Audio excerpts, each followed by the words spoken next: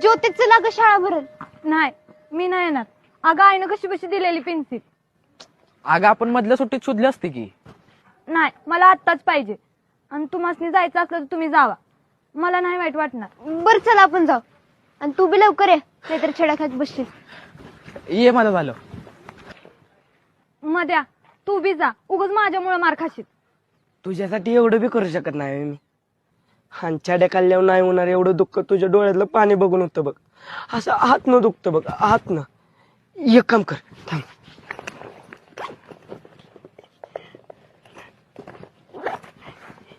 ही घे माझी पेन्सिल.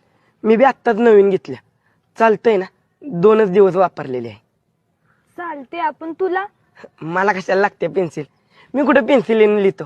लागली तर आकृत्या काढायला लागते. आणि ते काय मला